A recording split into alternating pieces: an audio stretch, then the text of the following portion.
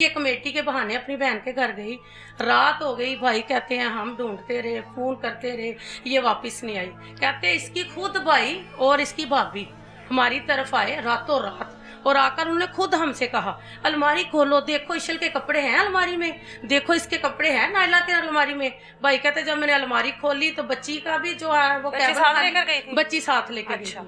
तो कहा कि बच्ची के कपड़े भी गायब हैं और इसके भी जो अच्छे अच्छे कपड़े थे जो उसने नए नए बनाए थे वो सारे गायब हैं। अच्छा, फिर उसके बाद जो है वो आहिस्ता आहिस्ता बात चलती गई, फिर ये इस्लामाबाद पकड़ी। फिर कितने दिनों बाद? ये तकरीबन मुझे याद नहीं कितने दिन, काफी दिन ही गुजर गए।